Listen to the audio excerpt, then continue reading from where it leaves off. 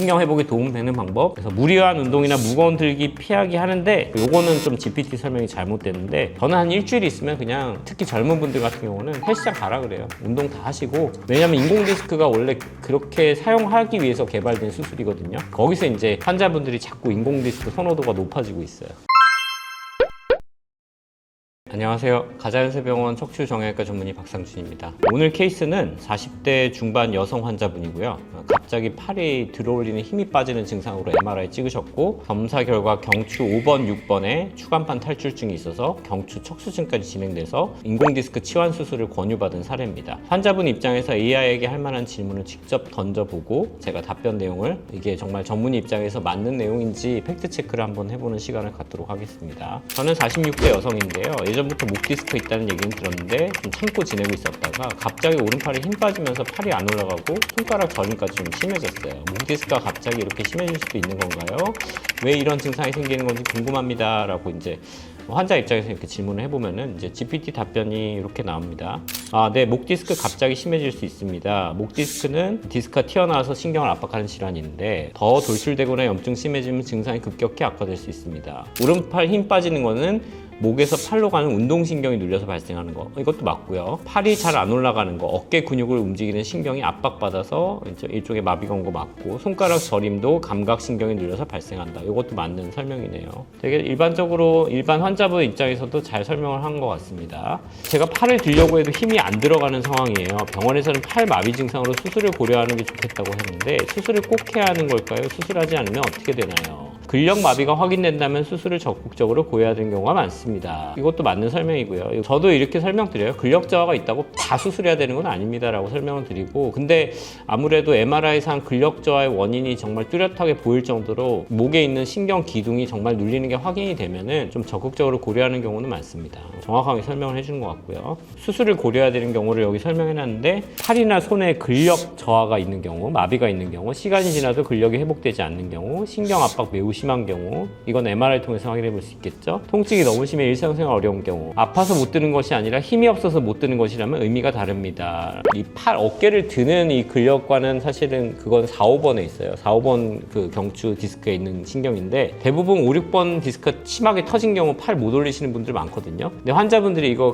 내가 진짜 마비가 왔구나 오해하시는 분들도 많은데 대부분 5, 6번에 터져서 팔이 안 올라가는 경우는 통증이 너무 심해서 못 올리시는 경우를 많이 봐요. 그래서 요건 좀 구분을 해야 될 것 같고, 사실 이런 세밀한 부분은 환자를 직접 만나서 진찰하기 전에는 판단이 어렵습니다. 그래서 GPT에 너무 의존하시면 안 될 것 같고요. 내가 진짜 제일 위험한 상황이 그거든요. 갑자기 아파다가 통증은 사라졌는데 팔은 여전히 안 올라가요. 요거는 좀 심각한 문제거든요. 이거는 실제로 통증과 무관하게 근력이 빠진다는 거는 요거일수록 오히려 수술이 좀 빨리 필요한 경우가 되겠습니다. 그래서 이 환자 입장에서 그 다음 질문이 뭘까요? 수술해도 약간의 신경마비로 인한 후유증은 남을 수 있다고 상황이라고 설명을 들었습니다. 수술을 가능한 빨리 하는 게 좋을까요? 여기서도 GPT 답변에서도 신경마비, 근력이 벌써 빠지는 게 발생했다면 일반적으로 너무 오래 미루지 않는 것이 좋습니다 라고 해놨네요. 이것도 맞는 설명이고요. 왜냐면은 당연히 급성 디스크인 경우에 디스크가 터져서 신경을 눌러서 팔에 마비가 왔어요. 다행히 이 근력이 점점 시간이 지날수록 돌아오는 추세면은 사실 수술 안 해도 되는데요. 일단 강하게 약 먹고 목에다 주사 맞고 좀 비수술 치료를 한번 경과 볼게요 하고 일주일 뒤에 오세요 라고 하거든요. 저도 여기서 이제 약간 도박 같은 상황에 빠지는 거죠. 선생님 저 다행히 팔의 힘은 좀 돌아왔어요. 어느 정도 돌아온 것 같아요. 통증도 다는 안 좋아졌는데 한 10% 20%는 좋아진 것 같아요. 이 케이스는 수술 안 하셔도 됩니다. 근데 반대로 선생님 통증도 더 심해지고요. 팔의 힘도 더 안 올라가요. 정말 하루하루가 견디는 게 진짜 지옥 같아요. 그런 경우는 수술하셔야 됩니다. 또 세 번째 경우, 통증은 좋아졌어요. 근데 팔의 힘은 여전히 오히려 더 안 올라갑니다. 팔의 힘은 더 빠지는 것 같아요. 이 경우도 수술하셔야 됩니다. 그렇게 이해를 하시면 되겠습니다. 주치의사 선생님이 인공디스크 치환 수술하면 괜찮아질 거라고 하셨는데 인공디스크 치환 수술 뭔가요? 당일에 어떤 식으로 진행되는 건지, 수술 시간, 입원 기간, 회복 과정 등 쉽게 설명해 주세요.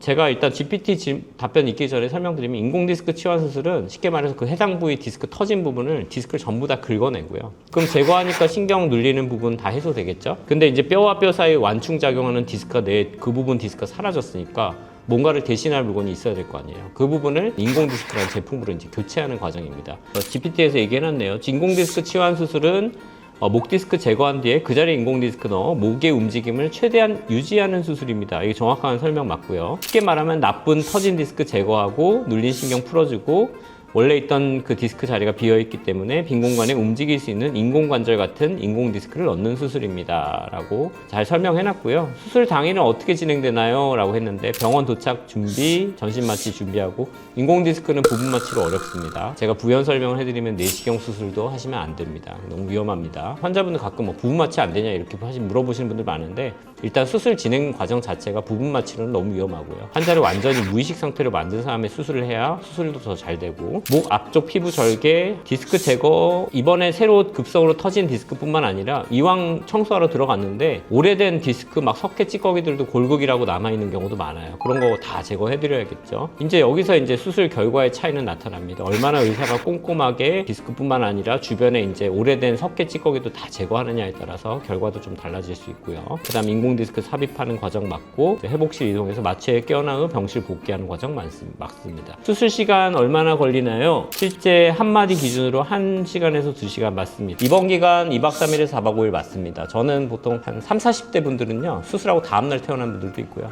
그 다음 마지막 질문으로 한번 가볼게요. 수술하는 주치의나 의사 입장에서는 좀 지겨운 질문이긴 한데 그러니까 환자 입장에서는 이런 질문을 하실 수밖에 없을 것 같아요. 제가 환자라도 어떻게 수술을 관리를 하면 신경 회복이 잘 될까요? 삽입한 인공 디스크는 평생 사용할 수 있는 건지 재수술 가능성이나 평소 관리 방법도 궁금합니다. 이렇게 관리하는 방법 잘 하셨는데 수술한 부위는 잘만 수술되면은 그냥 평생 쓰시는 겁니다라고 설명을 드리고 저는 이제 등 운동 많이 하시라 그래요. 내가 이렇게 어깨가 막 구부정하고 안으로 라운드 숄더가 아닌 좀 어깨가 펴지고 등 근육을 유지해가지고 목이 자연스럽게 이렇게 C형 커브가 나올 수 있게 등 운동을 많이 하시라고 해요. 그래서 GPT는 뭐라고 설명했는지 볼게요. 신경회복 시간이 가장 중요하고 인공 디스크는 상당히 오래 사용할 수 있지만 평생 재수술이 절대 필요 없다고 보장할 수는 없습니다. 사실 그쵸, 이게 맞는 설명이고요. 인공 디스크 요새 품질이 좋아가지고 저도 한 4, 50년 쓸 수 있을 겁니다 라고 설명을 하고 수술하는데 당연히 뭐 100명 다 수술하면 100% 다 재수술을 절대 안 합니다. 이거 보장할 수는 없죠. 근데 그렇게 따지면은 모든 수술은 다 똑같습니다. 뭐 100%라는 게 원래 의학적으로 없으니까. 신경회복에 도움되는 방법, 처방받은 재활운동 꾸준히 하기. 의사들이 이제 등 운동 많이 하라고 할 거거든요. 그거 꾸준히 하시고 목과 어깨 관절 굳지 않도록 이제 스트레칭도 잘 해주시고 충분한 수면 취하기 맞고요.